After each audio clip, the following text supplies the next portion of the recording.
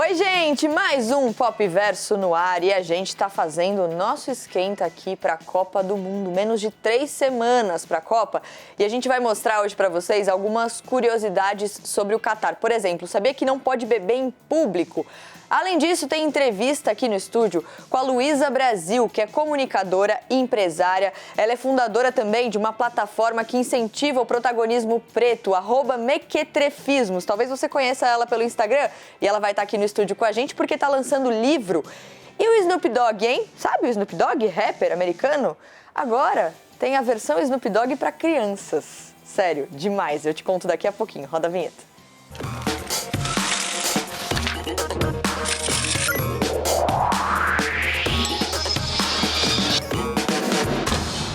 Vamos falar de Copa do Mundo? Tá chegando e quando tem esse clima de Copa, a gente já começa a se preparar para reunir os amigos, para organizar o churrasco, para se divertir mesmo.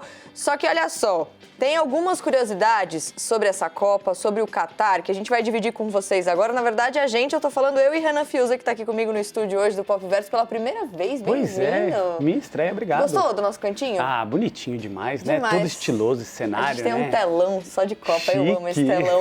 Vamos lá, tô falando aqui de churrasco, cerveja, reunir os amigos, que é uma coisa que a gente aqui no Brasil tá bem acostumado, né? Mas lá não é bem assim? A gente está falando de um país muçulmano, né, onde a bebida alcoólica ela não é tão permitida. Você não vê as pessoas, por exemplo, bebendo nas ruas, né? E aí entra o choque de cultura, porque a gente está falando de uma confraternização, apesar da competição, uma confraternização de vários povos, né? Por exemplo, os mexicanos que curtem tomar uma tequila, né? E aí? Então, como é que faz, gente? Como é que comemora um gol? De que jeito? Vai rolar um conflito bem complexo, né, em relação a isso. Pois é, então o governo, né, do Catar já orientou os mexicanos para que não levem esse tipo de bebida, mas tem toda essa questão de harmonia entre os povos e para isso eles também vão tentar montar áreas para que as pessoas possam consumir bebidas alcoólicas. Então a gente está falando dos 8 estádios de futebol, né, da Copa do Mundo, na sede do Catar, que terão espaços reservados para isso. Então você entrou nesse rolê, você pode abrir sua cervejinha lá, tomar sua tequila e depois não pode mais. Agora, a gente está falando da primeira Copa disputada no mundo árabe. Isso. Qual outra curiosidade tem nesse sentido?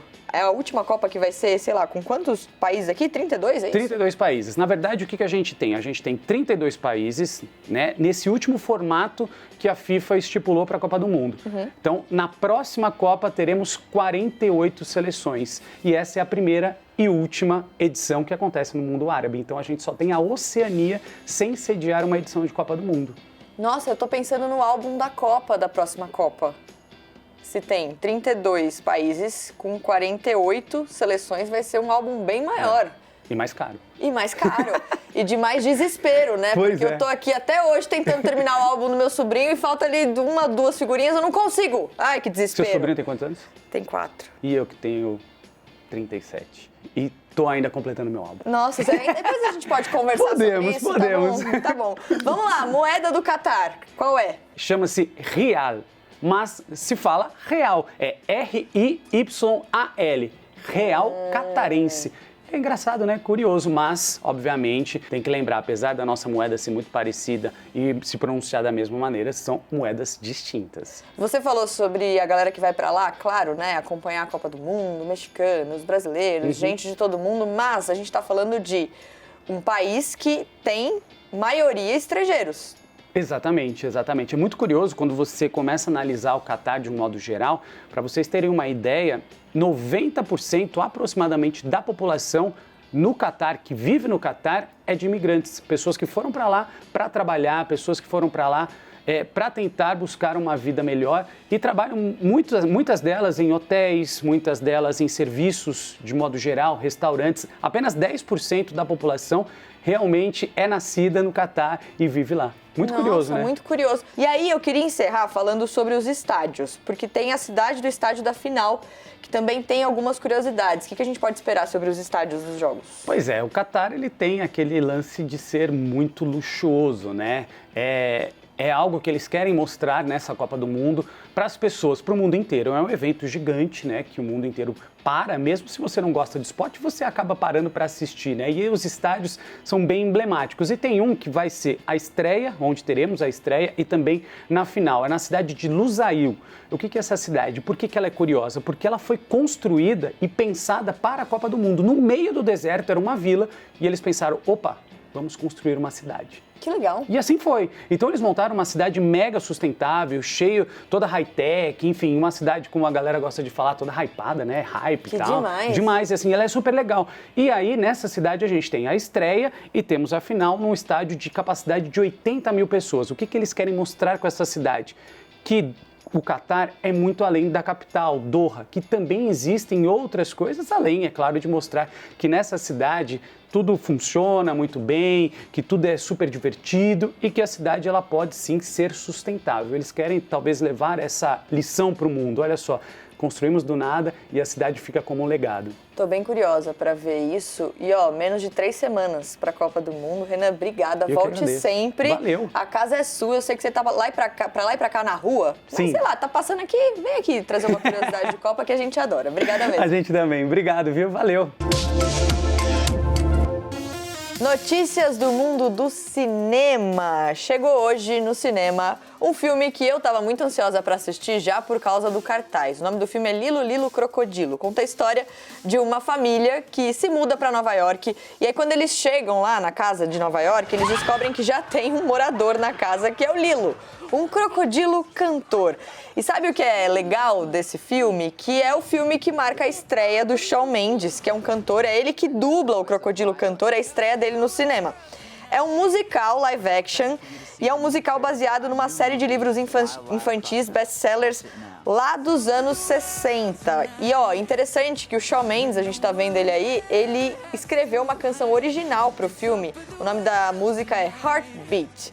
Agora falando sobre outro filme, talvez a sequência mais esperada dos últimos tempos do cinema, saiu o trailer oficial de Avatar, O Caminho da Água. Lembrando que a primeira edição desse filme, o primeiro filme de Avatar, saiu há 13 anos, foi em dezembro de 2009 e realmente marcou o cinema mundial. É até hoje a maior bilheteria da história, com mais de 2 bilhões e 900 milhões de dólares. Então a sequência, Avatar 2, O Caminho da Água, vai mostrar o Jake e a Neytiri, que são os protagonistas, uma década depois do que aconteceu no filme original. Os dois agora têm filhos e precisam enfrentar uma nova ameaça para proteger a sua família. E, de novo, claro que a gente vai entrar aí no universo maravilhoso de Pandora. Então saiu o trailer e o que é importante dizer é que, assim, o filme vai chegar no Brasil dia 15 de dezembro. É um filme do James Cameron, que é um diretor super famoso, só que você vai ter que se programar para aquele momento de ir para o cinema e ir no banheiro, porque o filme tem 3 horas e 10 minutos de duração. É muita coisa. Vamos ver, né? Se passa rápido ou se é aquele filme arrastado. A gente tá bem curioso e tá bem ansioso pra ver.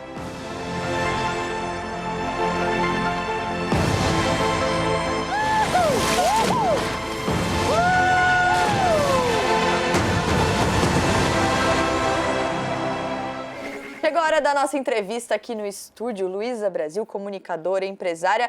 Na verdade, a gente está falando assim, a gente tem que sempre colocar ali, né, o nome do nosso convidado e o que o convidado é, comunicador, empresário. No caso da Luísa, a gente precisaria de uma linha gigantesca.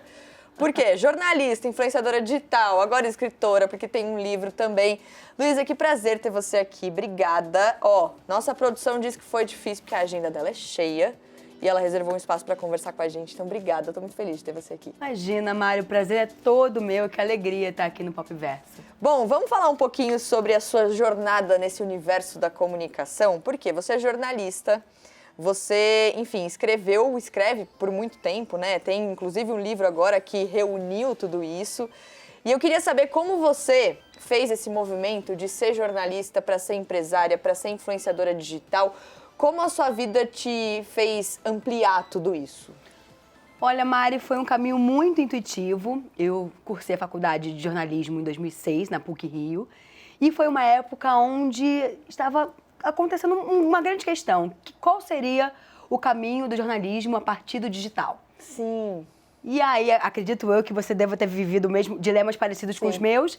E aí eu olhei, enfim, gostava muito de moda, gostava muito do universo de comunicação e como que eu conseguiria atrelar os dois mundos, conciliar os dois mundos. Eu falei, vou pro jornalismo e vou fazer algo que, de repente, os mais velhos, né, os figurões dessa época da comunicação, não conseguiriam fazer de um lugar que eu, que era nativa digital, consegui trabalhar, que era a internet, né, aquele universo tão amplo e tão vasto. E com isso, eu fui migrando para o lugar do digital, na época eram fotologs, na época era outras redes sociais, trabalhar com uma parte que era marketing digital, algo muito novo, que tudo era mato ainda aqui no Brasil. Hoje você também se coloca como uma influenciadora digital. A gente já recebeu aqui no programa vários influenciadores, criadores de conteúdo. Inclusive, se você quiser conferir essas entrevistas, é só correr lá no canal do YouTube da CNN Brasil Soft. Tem Bianca Andrade, tem o Lucas Rangel, muita gente que a gente recebeu aqui justamente para falar sobre influência. E tem muita gente que, não estou dizendo que foi o que eles disseram, mas muita gente que às vezes não conhece esse universo da influência, que rejeita o selo de influenciador como se fosse algo menor. Você percebeu isso ao longo dos anos? Você tem isso ou não? Sou influenciadora mesmo, não tem problema nenhum em dizer isso? Ou criador de conteúdo? Você sente que existe um preconceito de algumas pessoas? Olha, Mari, isso é muito curioso, porque eu já tive várias opiniões sobre isso. Eu acredito agora que a influência ela é uma consequência do que você constrói com o seu trabalho, seja ele dentro ou fora da internet. Então, o que acontece? Eu me considero sim uma influenciadora, porque eu adentrei no mercado de moda e comunicação há quase 15 anos atrás, fiz aí um legado, né? Comecei aí no pioneirismo da comunicação contemporânea, trabalhei para veículos, grandes nomes da moda, e a partir daí eu comecei a ter a minha voz, o meu espaço, é onde eu consegui de fato fazer mudanças e propor mudanças para o meu mercado. Então, por isso que eu me considero sim influenciadora e sem vergonha nenhuma de pensar assim dessa forma. E não só influenciadora, né? Você também furou a bolha no sentido de se transformar em empresária. Então, você fundou uma plataforma que é o Mequetrefismos, inclusive @Mequetrefismos. Muitas pessoas podem conhecer esse perfil, porque é um perfil extremamente importante. Conta pra gente qual é o seu objetivo, como é que esse perfil, como é que essa plataforma, essa ideia veio no seu caminho? Veio a partir da minha vontade de não ser no digital o templo do meu ego. Eu queria que outras pessoas, assim como eu, tivessem a possibilidade de falarem sobre suas narrativas, sobre seus lugares, inicialmente com moda. E aí depois eu acabei abrindo isso para o mercado criativo, para a nova economia. E aí o Mequetrefismos, ele vem desse espaço de protagonismo de novas narrativas plurais e diversas, sobre lugares que muitas das vezes o mercado de moda, a indústria da moda, silenciou. E o Mequetrefismos vem para mostrar a importância dessas pessoas dentro de uma indústria criativa. Já há quanto tempo? Está no ar desde 2015 e eu trabalho com o digital, com linguagens digitais, inclusão e diversidade, desde 2012. Desde 2015 você tem o Mequetrefismos. De lá para cá, tem alguma história que te marcou, assim, de alguma voz que você conseguiu abrir espaço? Queria muito ouvir outros pontos de vista. E a gente incluir dentro de um espaço de comunicação mulheres trans. E mulheres trans que não estão só falando de um espaço de dor, mas falar sobre lugares de mulheres empreendedoras, mulheres pesquisadoras, né? Mulheres gordas e negras falando sobre espaço de beleza e bem-estar. Eu acho que quando a gente coloca essa perspectiva, né, que nosso lugar racial não é sobre dor, violência, não é só sobre racismo, mas também sobre muita resistência e novas formas de existir, eu acho que isso é a coisa mais importante que o meu trabalho atingiu e por isso que ele alcança tantas pessoas negras e não negras, que isso é muito importante falar também. É muito importante. Luísa, vamos falar sobre o seu livro? Com certeza. Caixa Preta. É um livro que você está lançando, o primeiro livro, né, que você escreve. Era um sonho que você já tinha? Como foi a construção para chegar nesse livro e o que as pessoas podem esperar? Certamente vem de um sonho como jornalista de escrever, ter a minha vivência, mas não só algo biográfico, não é, gente, uma biografia, pelo amor de Deus, eu tenho 34 anos, mas é sobre como o nosso tempo, a nossa geração, principalmente mulheres millennials, o que aconteceu, uma narrativa que a gente marca um tempo.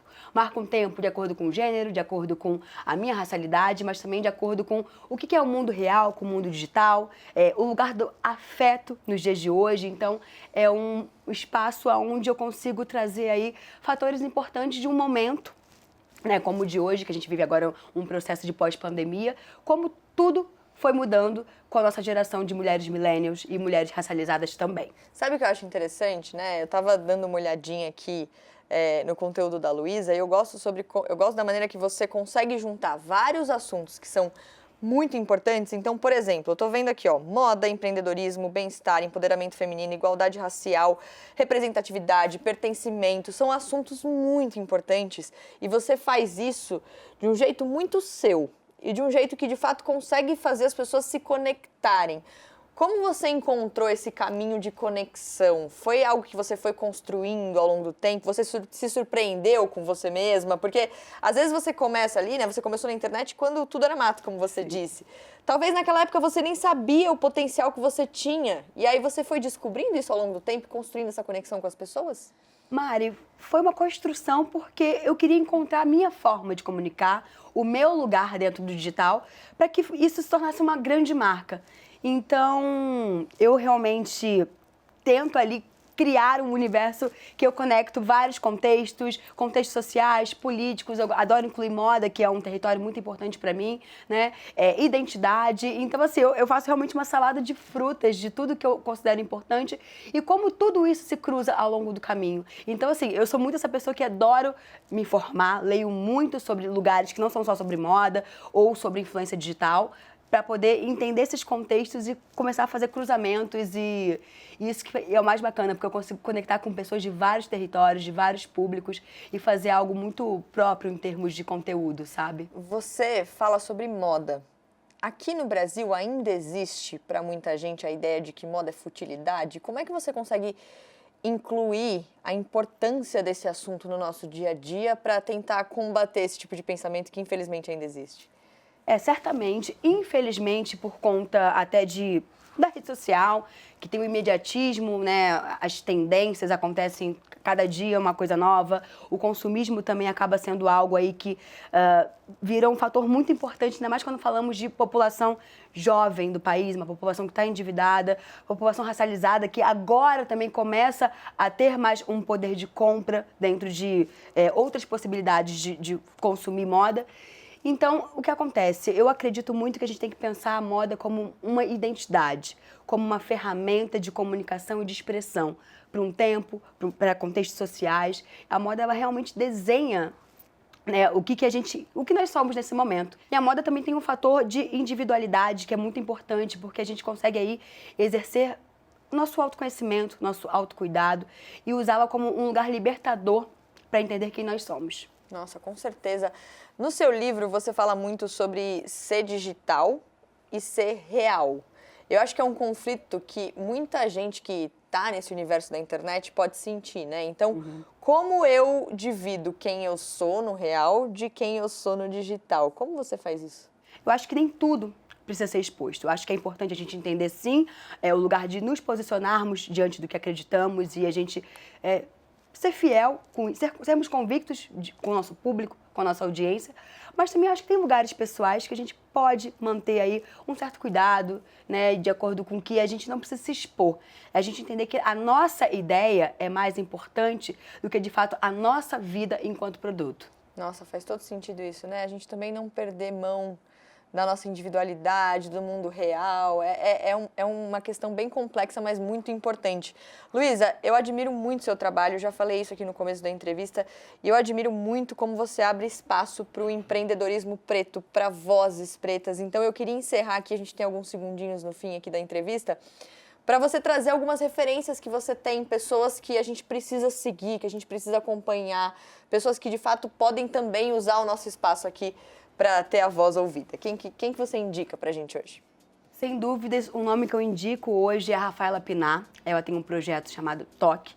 A Rafaela é pesquisadora de moda, ela é também influenciadora no Rio de Janeiro, ela é de Realengo e ela consegue, a partir da moda e da identidade, fazer com que a cultura da periferia, a cultura das favelas, a cultura de comunidade seja exaltada enquanto identidade, enquanto expressão estética. A Rafaela tem um trabalho incrível dentro de audiovisual, dentro da fotografia, com marcas. Ela é uma mulher que realmente é uma inspiração para mim e merece realmente que seja ouvida, seja apreciada e que o projeto que ela tem alcance aí cada vez mais público, cada vez mais pessoas, para que, enfim, a mulher trans negra, periférica, consiga entender que o espaço dela não é só como estatística, mas sim como algo de superação e de referência mesmo para o Brasil inteiro. Maravilhoso. Então, obrigada, viu, Luísa? Volte sempre. Parabéns. Muito sucesso para o seu livro. Tenho certeza que vai ser realmente muito importante para muita gente. Então, obrigada. Obrigada, Mari. Obrigada a todo mundo do Pop Verso. Para encerrar, o novo projeto do Snoop Dogg, o Snoop Dogg que é um rapper americano, que tem uma carreira de muitos anos, uma carreira de muito sucesso. E olha só o vídeo que viralizou no TikTok. Esse vídeo faz parte de um projeto que ele tem, um projeto de rap para criança. E nesse projeto ele fala sobre amor próprio, sobre aceitação. E olha só, são várias criancinhas dançando enquanto o Snoop Dogg está falando sobre como vai ser um dia incrível e fazendo outras afirmações positivas. A internet descobriu esse vídeo depois que viralizou e foi a loucura. Lembrando que a gente está falando de um projeto novo do Snoop Dogg. O nome desse projeto é Dogland, que é um canal infantil online. Ele lançou esse canal em agosto e é ele mesmo quem dubla o personagem principal, que é o Bow Weasel. Olha o Snoop Dogg aí. E é assim que a gente encerra o programa de hoje com o Snoop Dogg para crianças. A gente está de volta amanhã.